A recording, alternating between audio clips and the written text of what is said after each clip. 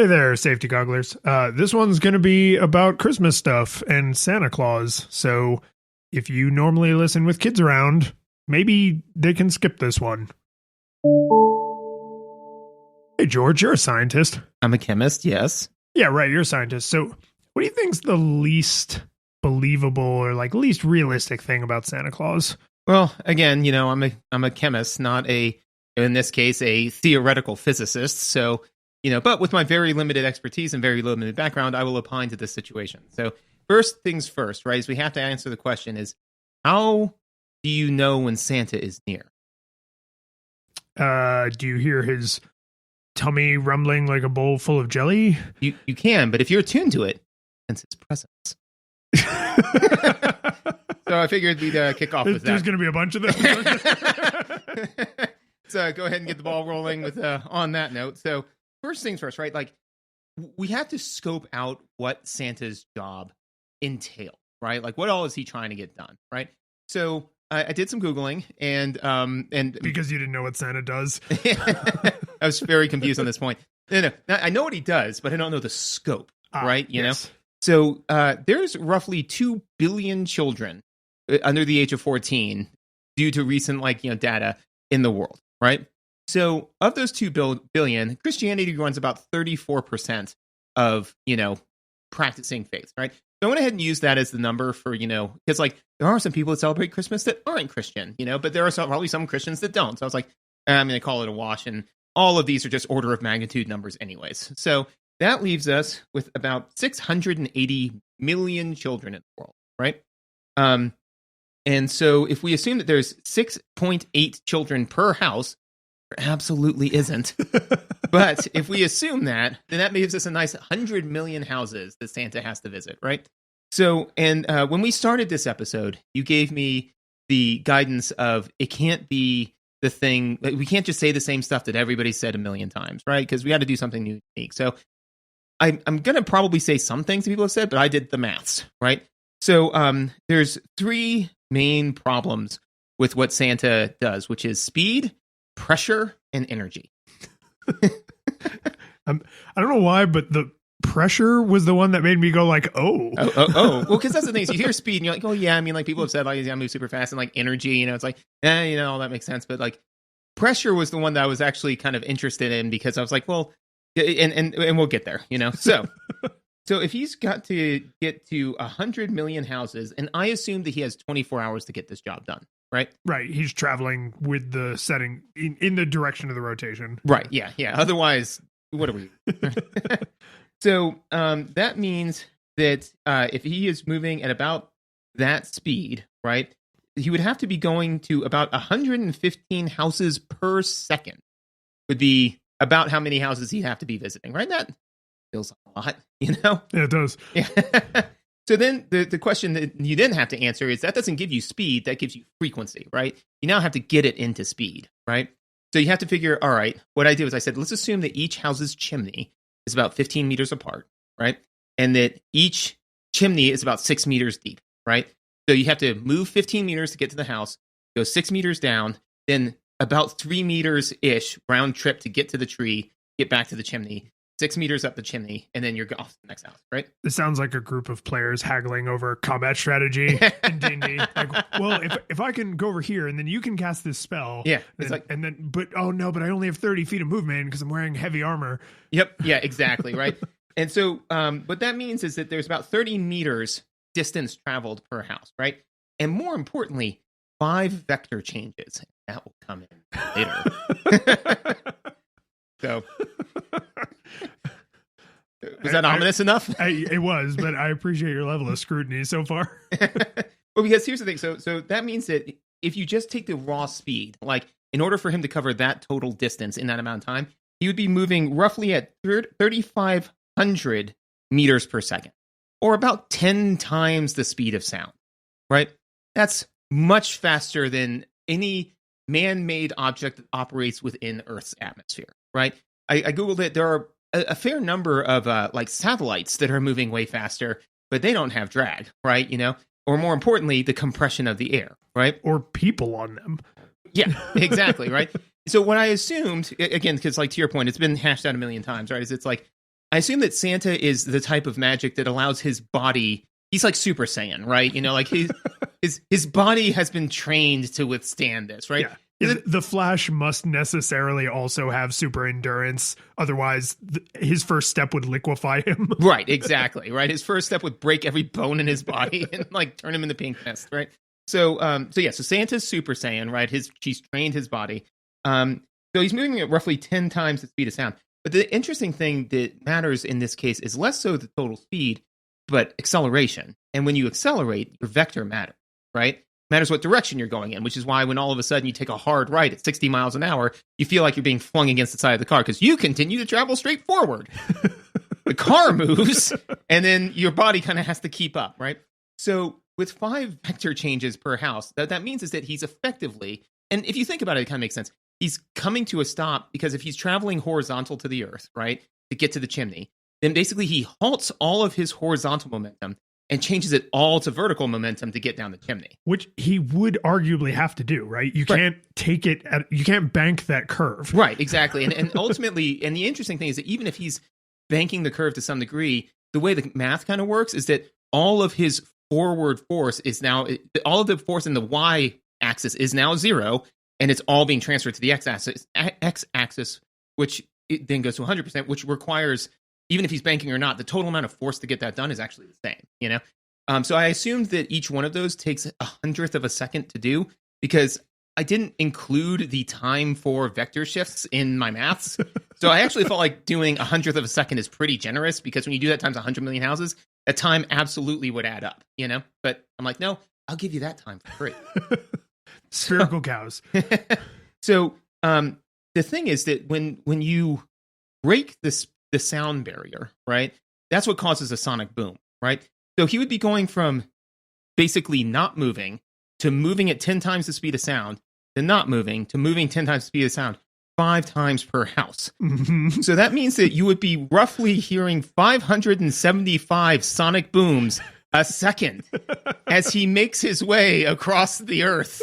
The roar of the din of Santa coming will destroy houses, break windows, shatter eardrums. I mean, like, it's terrifying. I'm thinking, like, would you? He's going so fast that your house has been hit by the time the sound hits you. Oh yeah, I mean, like, well, I guess you would hear like several houses away, but you wouldn't know. He'd already be in and out of your house by the time those sonic booms hit you. That's the thing, right? So by the time your sonic booms hit you, oh yeah, like he's gone. You know, by the time he's been in your house, you would maybe see like a red blur before everything that he placed by the chi flies at you due to the compressive force of the air around it, right? You know, and the thing though that like I said, I don't even know what 575 sonic booms a second would sound like. No. You know, like, I don't know if you could even pick that up or if it would just sound like the cosmic noise, background noise that like we hear from like the Big Bang, you know, like, as I said, like, I don't know what that would sound like. I just know that what it would start with is assuming that your house wasn't the first one on Santa's route, right? Is it would probably just sound like a thunder in the distance. It just slowly got louder and louder to the point where it became like deafening. And then like, just like, the tinnitus ear squeal of you looking over the burnt destruction. It's like, you're like, is that naughty or nice? Naughty or nice? So speed's an issue. Speed is an issue. Speed is an issue, right? So the next thing that I thought was kind of interesting is, as I was thinking about this, is pressure, right? So do you know what pressure is? Or what's a measure of? It's I want to say it's something like the amount of kinetic energy in a volume. You're close, right? And the thing is that you're thinking about pressure like pressure in a balloon or pressure in like an air tank or something like that, right? Yeah. So pressure is actually a measure of force per unit area. So, yeah. So what you're measuring when you're measuring pressure in like what the way you're thinking of it, right, is like how much force is being exerted against the surface of the container. Right. Yes. But like when I punch you, right, like I'm exerting force over a certain area. So there is a pressure that I am pushing into you, right? Which is actually how swords work, right? Which is why they don't require a tremendous amount of force to get you, right, is that super small area, super small surface area that the force is being exerted over, so thus it can pierce you, right? I say that to say that if we assume that generously that Santa weighs 100 kilograms, right, which is about 220 pounds, she absolutely weighs more than that, but 100 kilograms makes the math easy. And I didn't want to say that he weighed 200 kilograms because that's a lot. That's a lot, right? That's more on the other hand.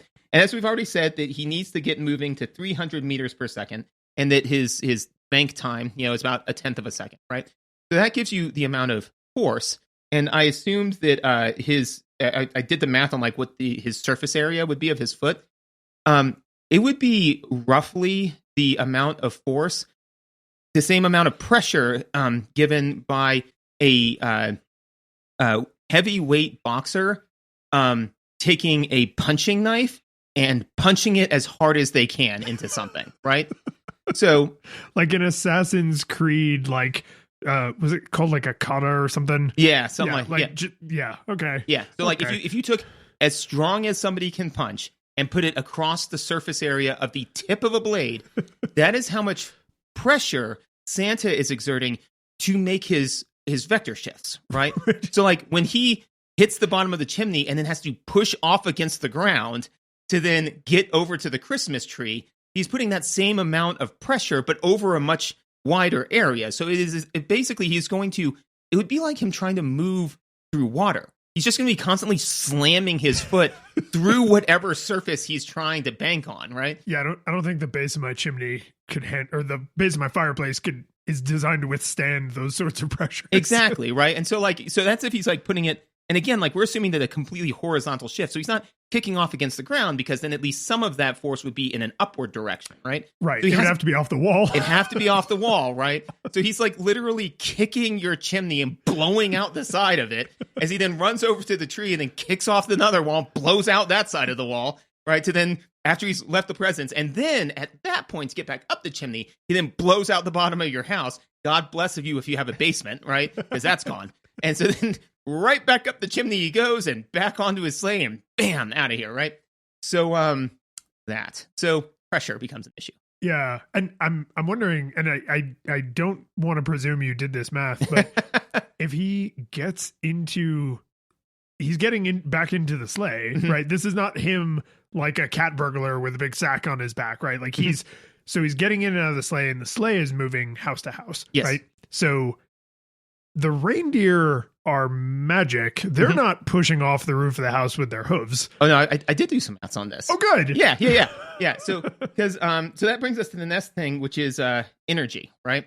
So some other things to consider is one, I don't believe in animal cruelty, right? So I'm assuming that Santa's not putting his reindeer through the same hellish stuff that he has to go through himself. So I'm assuming that the reindeer are there for show, and that his sleigh is actually powered by petroleum. That will come back in a second. Just bear with me on that, right? So you've got like Santa, right? And he weighs about 100 kilograms. We've done the math on this. He's moving at 300 meters per second. He has about 1/100th of a second to make that move. And what I'm assuming is that the amount of work required is that he's only really exerting force over 1/10 of a meter. And then basically, and this is not how this would work, but God, I didn't want to deal with like the mass that would be required to like work with air resistance on this. I'm basically saying he's moving through a vacuum, right? So like, he is going short distances, right? So he's like pushing off initially and then moving through a vacuum, right? So I don't have to deal with it because otherwise it would require more work. So long story short, this is a low bias number, right? I say all that to say that it would take, in order per house, right, with all the different vector shifts and all the energy it would take about 3.5 million calories per adjustment.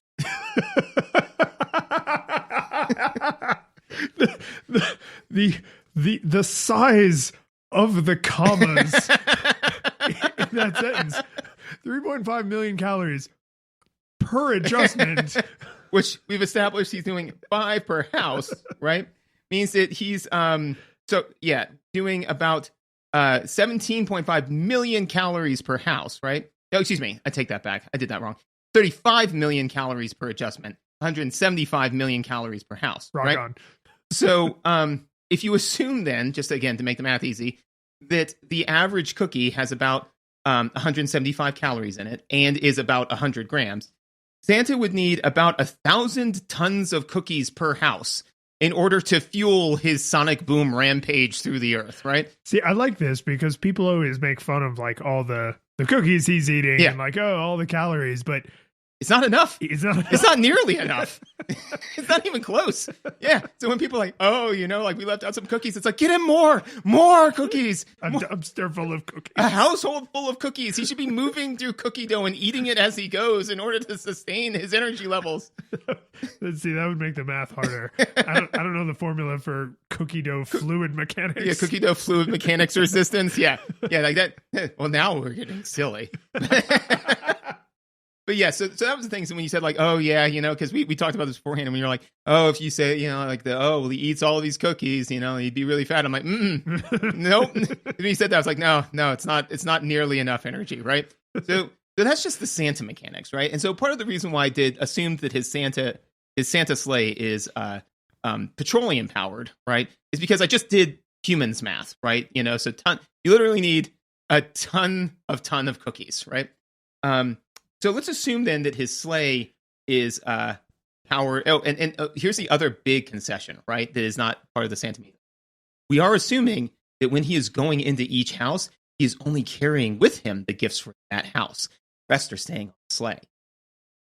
Sleigh doesn't get that benefit when it's going from house to house, though. Right. No, it always has whatever's remaining. It would have to, right?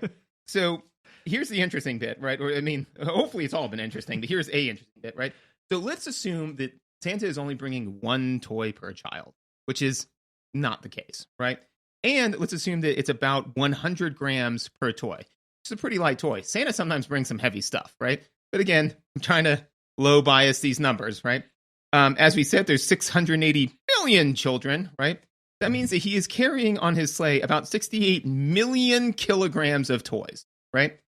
Well, so remember before when we said, the sleigh's got a kickstart between the houses, right? Well, all of the math that we did for all of the calories that were consumed were because Santa was moving around, right? But now you got to move the sleigh with all of that additional weight, right?